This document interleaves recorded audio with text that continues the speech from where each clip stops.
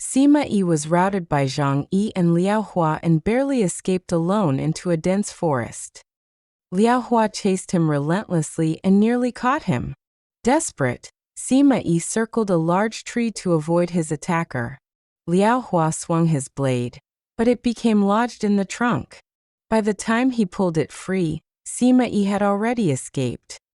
Outside the forest, Liao Hua found only a golden helmet. Believing Sima Yi had fled eastward, he pursued him.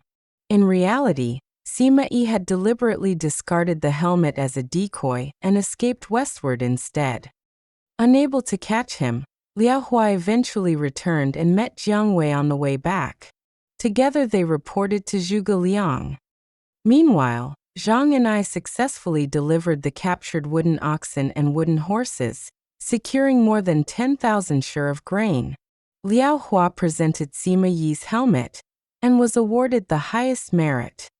Wei Yan was displeased that the credit went to Liao Hua and openly complained, though Zhuge Liang pretended not to notice. Back in the Wei camp, Sima Yi returned in humiliation. Soon afterward, an imperial decree arrived ordering him to remain on the defensive, because Eastern Wu had launched a three-pronged northern campaign. He was forbidden from risking a major battle.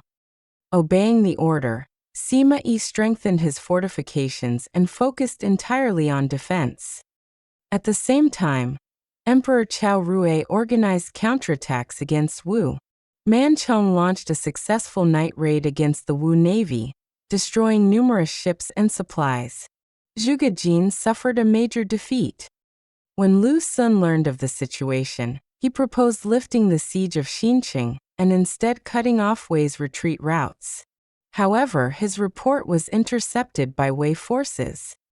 After reading it, Qiao Rui praised Lu Sun's military brilliance and immediately tightened his defenses. Eventually, disease spread through the Wu army and supplies became difficult to maintain. Although Lu Sun carefully managed the withdrawal, Eastern Wu ultimately retreated. After confirming the withdrawal, Qiao Rui sighed. Lu Sun's military talent rivals that of Sun Tzu and Wu Qi. The southeast is not easily conquered. At Mount Qi, Zhuge Liang prepared for a prolonged campaign. He ordered both Shu soldiers and local civilians to cultivate farmland together. The arrangement was peaceful, and the people felt secure. Seeing this, Sima Shi advised his father, "The Shu army has already seized much of our grain, and now they are developing farmland. They clearly intend to stay for years. Why not fight Zhuge Liang directly?" Sima Yi refused, insisting on obeying the emperor's orders. Meanwhile, Wei Yan wore Sima Yi's lost golden helmet and rode before the Wei camp, insulting and challenging him. The Wei officers were furious and eager to fight, but Sima Yi simply quoted an old saying, "A small act of impatience can ruin a great plan." He continued, refusing battle. Since provocation failed, Zhuge Liang prepared a larger trap. He secretly ordered Ma Dai to plant explosive mines throughout Hulu Valley and fill the area with dry wood. Hidden huts were built on the mountainsides as camouflage.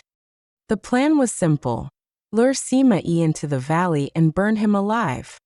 Wei Yan was assigned to provoke Sima Yi and feign defeat, while Gao Xiang deliberately allowed wooden oxen carrying supplies to be captured by Wei forces. After completing all preparations, Zhuge Liang moved his headquarters to Shangfang Valley and waited. Eventually, Xiahou Hui and Xiahou He persuaded Sima Yi to test the enemy. As expected, they captured numerous grain transports and won several small victories over the following weeks. Sima Yi also captured many Shu prisoners. Instead of executing them, he released them. When questioned, he explained, "Killing a few soldiers serves no purpose. If we release them, they will spread news of our generosity and weaken enemy morale." Lu Meng once used the same strategy when he took Jing province.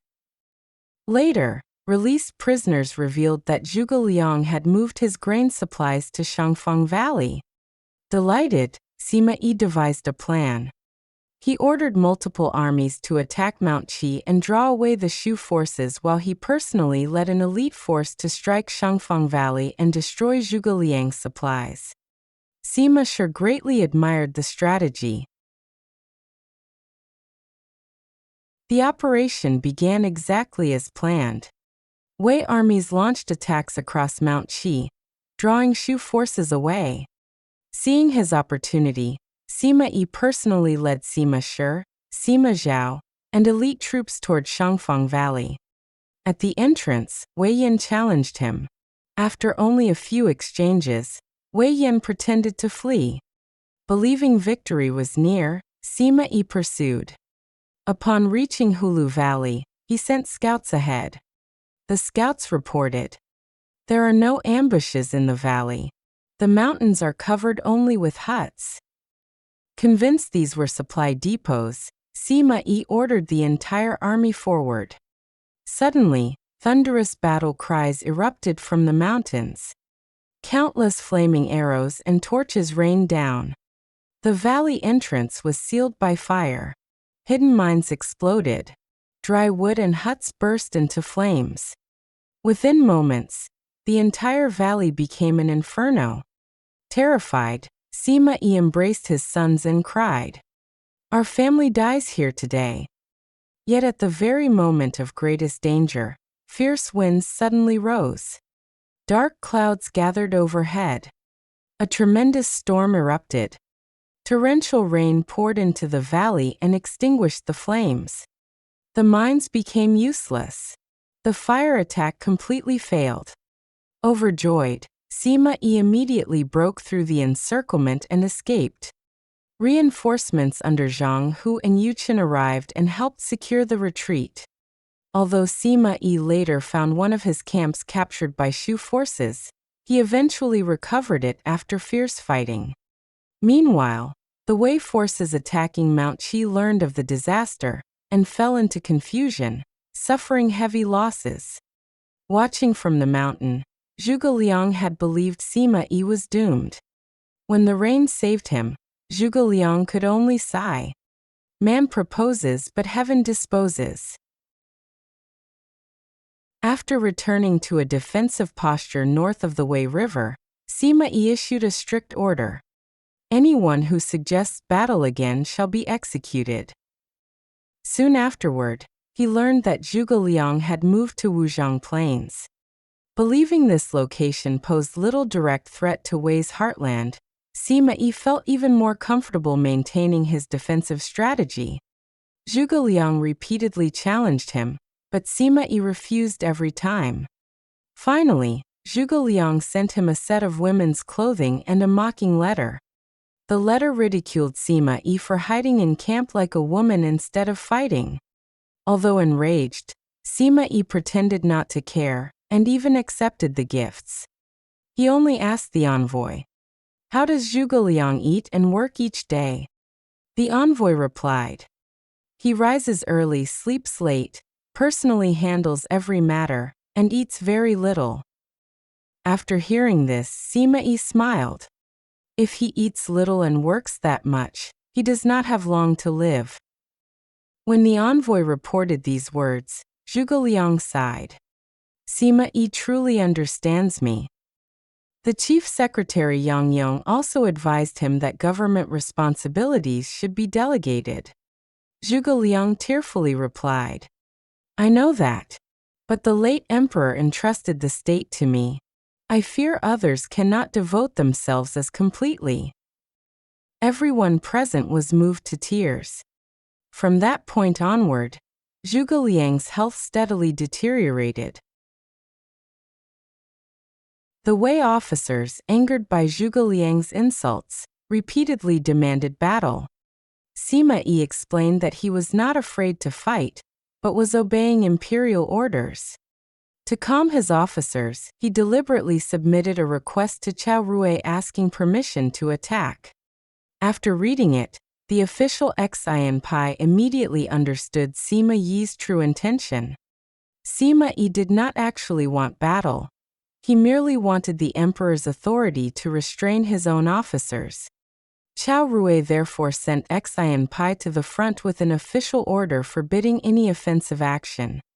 The matter was settled. When Zhuge Liang heard of this, he immediately saw through the scheme. Sima Yi is simply borrowing the emperor's authority to stabilize his army. At that time, Fei Yi returned from eastern Wu with bad news. Wu's northern expedition had failed completely and all forces had withdrawn. The long-awaited joint attack against Wei would never happen. Upon hearing this, Zhuge Liang let out a long sigh and suddenly collapsed. After regaining consciousness, he realized his illness had become severe.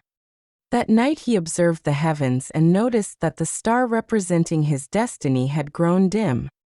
He told Jiang Wei, "My remaining years are few." Jiang Wei urged him to pray for a longer life. Zhuge Liang then established the famous 7-star lamp ritual, praying to the Big Dipper.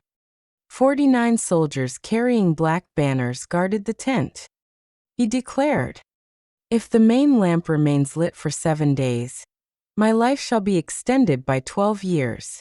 If it goes out, I will surely die." By the 6th night, the lamp still burned brightly. Zhuge Liang felt hopeful. Then suddenly, Xiaoba launched a reconnaissance operation near the camp, causing alarms to sound outside. Wei Yan rushed into the tent to report the situation. In his haste, he accidentally knocked over the main lamp. The flame was instantly extinguished. Seeing this, Zhuge Liang let out a long sigh. Life and death are decreed by heaven. Human effort cannot change them. Terrified, Wei Yan knelt and begged forgiveness. Jiang Wei was furious and drew his sword, intending to kill him. As for Wei Yan's ultimate fate, it would be revealed in the next chapter. Summary. This chapter contains 2 of the most famous episodes in Romance of the Three Kingdoms: the fire trap at Shangfang Valley and Zhuge Liang's 7-star lamp ritual. First, Zhuge Liang used wooden oxen, wooden horses, and agricultural settlements to deceive Sima Yi. He then lured Sima Yi and his sons into a massive fire trap at Hulu Valley and Shangfang Valley.